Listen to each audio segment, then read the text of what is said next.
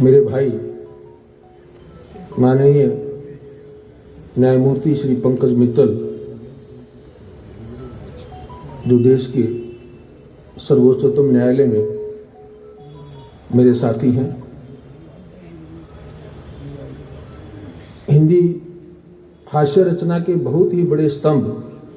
और विश्व में प्रसिद्ध कवि श्री सुरेंद्र शर्मा जी, इलाहाबाद उच्च न्यायालय से आए न्यायमूर्तिगण, इटावा हिंदी सेवा निधि न्यास के सभी पदाधिकारीगण, जिन्होंने न्यायमूर्ति स्वर्गीय प्रेमशंकर गुप्त जी का जो समर्पित जीवन रहा और हिंदी भाषा के लिए जो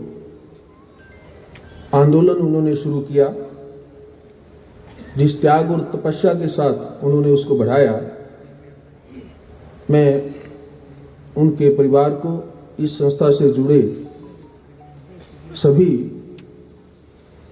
भाइयों और बहनों को, विशेष रूप से प्रदीप जी को जो यहाँ पर सारी संस्था को संभाले हुए हैं, आप सबको बहुत बहुत बधाई देता हूँ। मुझे पूरा विश्वास है कि इटावा हिंदी सेवा निधि न्यास केवल इटावा तक ही सीमित नहीं है और न रहेगा। हिंदी भाषा के प्रचार के लिए जो संकल्प स्वर्गीय श्री प्रेमशंकर गुप्त जी ने लिया और न्याय प्रणाली में हिंदी के सदुपयोग के लिए जो ऐतिहासिक कदम उन्होंने उठाए, आप उसी उनकी लंबी यात्रा को और आगे बढ़ाकर पूरे देश में इस आंदोलन की पहचान बनाएंगे।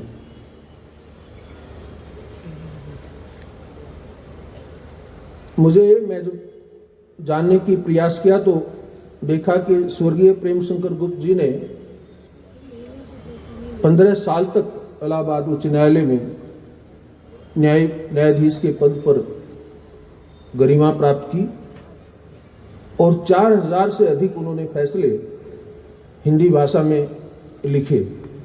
मेरे हिसाब से हिंदी के लिए इससे बड़ी कोई सेवा और समर्पण नहीं हो सकता। मुझे बताया गया कि श्री अटल बिहारी वाजपेयी जी के साथ सर्वप्रथम हिंदी गौरव सम्मान 1992 में भी श्री प्रेमशंकर गुप्त जी को मिला।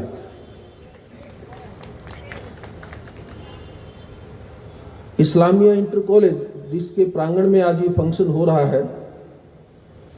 वो भी 3 दशक से इटावा जनपद में जो हमारी भारतवर्ष की भाषाएं हैं उनको प्रचलित बढ़ाने और उनको आम जनता की रोजमर्रा की जिंदगी का एक अभिन्न हिस्सा बनाने के लिए एक समर्पित स्थान है। और इस बात का एक बड़ा गर्व महसूस हम सब करते हैं कि न केवल बशीर बद्र साहब, देश के जाने माने विद्वान पूर्व राष्ट्रपति डॉक्टर जाकिर हुसैन भी यहाँ के विद्यार्थी रहे। मुझे बताया गया कि शायद एक मुगल आजम फिल्म के जो निर्देशक थे जनाब आसिफ साहब भी यहाँ से जुड़े रहे। जिस कॉलेज का इतना स्वर्णमयी इतिहास है और जहाँ से ऐसे ऐसे रचनात्मक विश्व प्रसिद्ध व्यक्तित्व पढ़कर गए हैं, मुझे आशा है और पूरा विश्वास है कि ये कॉलेज भी अपनी सेवाएं निरंतर इसी भाव से समाज को समर्पित करता रहेगा। मेरी शुभकामनाएं इस कॉलेज की, संस्था की, मैनेजमेंट के साथ जो लोग इससे जुड़े हुए हैं, उन सबको मैं इस बात के लिए बधाई देता हूं।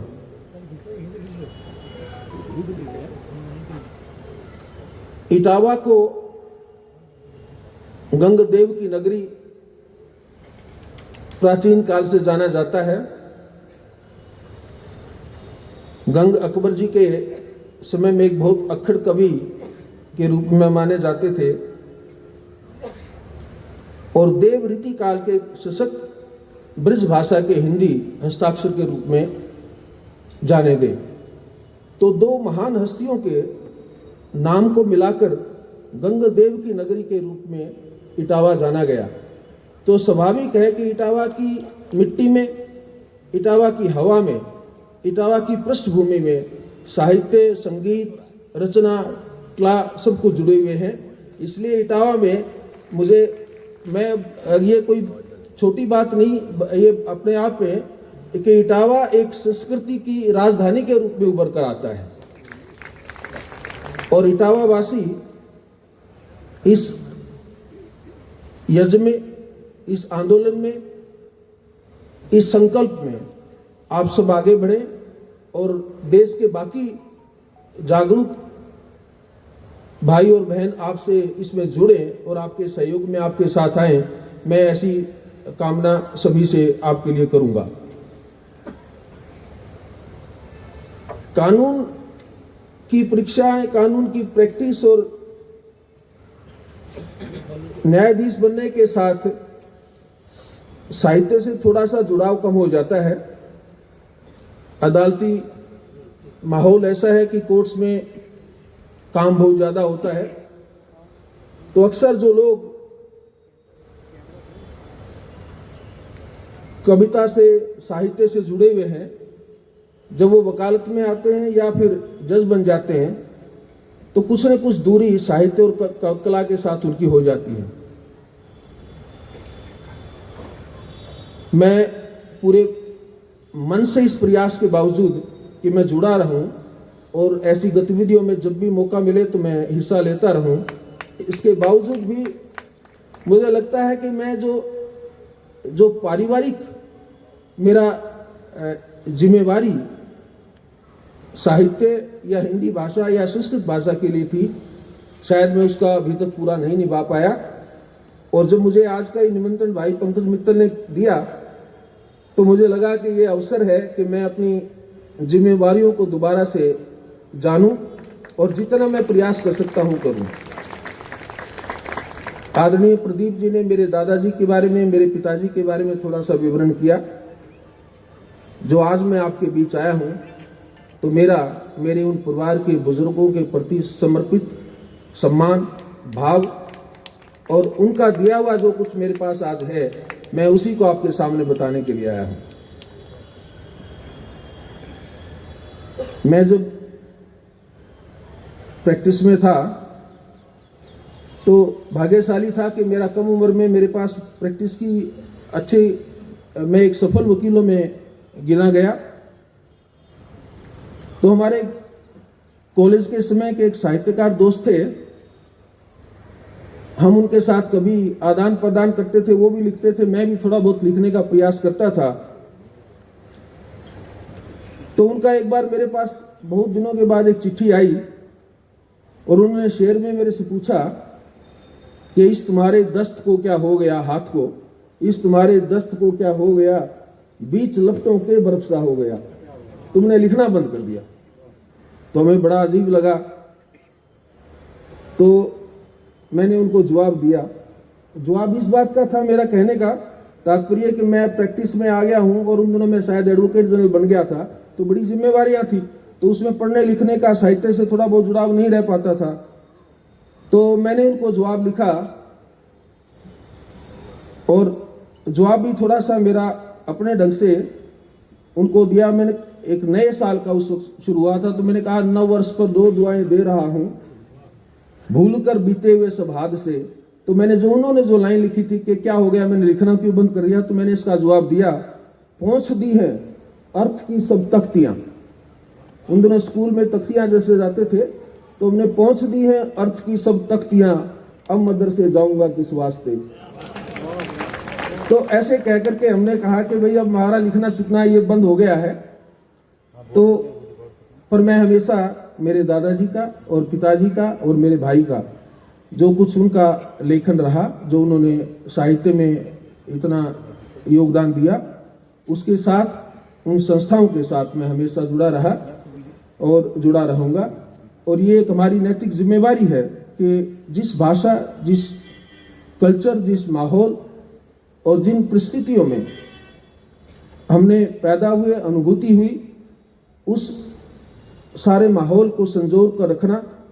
और उन जो हमारी सांस्कृतिक जो धरोहर है उसको आगे बढ़ाने का कर्तव्य हमारे कंधों पर आता है। मेरे परिवार ने, मेरे दादाजी ने एक संस्कृत महाविद्यालय बनाया। मुझे खुशी है इस बात की कि जिस प्रयास और जिस संघर्ष से उन्होंने स्थापित किया, आगे चलकर मेरे पिताजी ने और उसके बाद मेरे भाइयों ने और मैंने मिलकर के उस कॉलेज को और ज़्यादा विकसित किया है। और हमारा प्रयास है कि उस संस्था को हम भारत के वर्ष में एक प्रसिद्ध संस्था के तौर पर लेकर के आएं, ताकि जो जिस भावना के साथ, जिस अपेक्षा के साथ, जिस कर्मयोगी वचन के साथ मेरे दादाजी ने उसको शुरू किया था, हम उस प्रयास को पूरा कर सकें। ऐसी ही संस्थाओं को, जैसे इटावा हिंदी सेवा निधि न्यास है, या देश में जहाँ पर भी हमारी देश की भाषाओं को लेकर के जो संस्थाएं बनी हुई हैं, उन सबको प्रमोट करना, उनको सबको आगे बढ़ाना हम सबकी जिम्मेवारी है। आदरणीय प्रदीप जी ने इसी बारे में 3 संविधान के प्रावधानों के बारे में जिक्र किया, आर्टिकल 348 या 350 और 351। मुझे विश्वास है कि संविधान की भावना के अनुसार और सावधान जो संविधान में जिन संवैधानिक संस्थाओं से एक अपेक्षा उसमें लिखी गई है, उस प्रावधान में वो सभी संवैधानिक संस्थाएं अपनी जिम्मेवारी को समझेंगे और इन संविधान के इन प्रावधानों को देश में लागू हों और देश की जनता को उन्हीं की भाषा में, खासकर कोर्ट में, चाहे वो कोर्ट की प्रोसीडिंग्स हैं, लिखने की बात है, या कोर्ट में बोलने की, बहस की बात है, या कोर्ट के फैसलों की बात है, वो उन्हीं भाषाओं में आए, ऐसा प्रयास जारी रहेगा। इस बारे में एक बात मैं आपको सबको खुशी होगी, मैं बताना चाहूँगा कि सुप्रीम कोर्ट इस विषय पर बहुत ही सजग है। हमने, ये ठीक है, कानूनी जो एक संविधान के अनुरूप में और जो देश में कानून बना है उसके हिसाब से कोर्ट की, सुप्रीम कोर्ट की जो भाषा है वो इंग्लिश है, लेकिन इसके बावजूद भी हमने अभी से 16 भाषाओं में सुप्रीम कोर्ट के फैसलों का अनुवाद करना शुरू कर दिया है। आज देश का कोई नागरिक अगर वो उत्तर प्रदेश में है, मध्य प्रदेश में है, बिहार में है, तो उसको हमारे फैसले को हिंदी की में उसकी रूपांतरित कॉपी मिलेगी। हमारा कोई जो, अगर कोई व्यक्ति तमिलनाडु में है तो उसको तमिल में मिलेगा, अगर कोई कन्नड़ है तो उसको कन्नड़ भाषा में मिलेगा। और हमारा प्रयास है कि देश की जितनी भी भाषाएं हैं जिनको संविधान में या कानून में माना गया है, उन सभी भाषाओं में सुप्रीम कोर्ट के फैसले, सुप्रीम कोर्ट की सारी प्रोसीडिंग्स और सुप्रीम कोर्ट का जो रोजाना का जो दिनचर्या का जो कार्यवाही है, उसका उन्हीं भाषाओं में, सरल भाषाओं में आम आदमी तक वो पहुंचे, ऐसा हमारा प्रयास इसमें जारी रहेगा।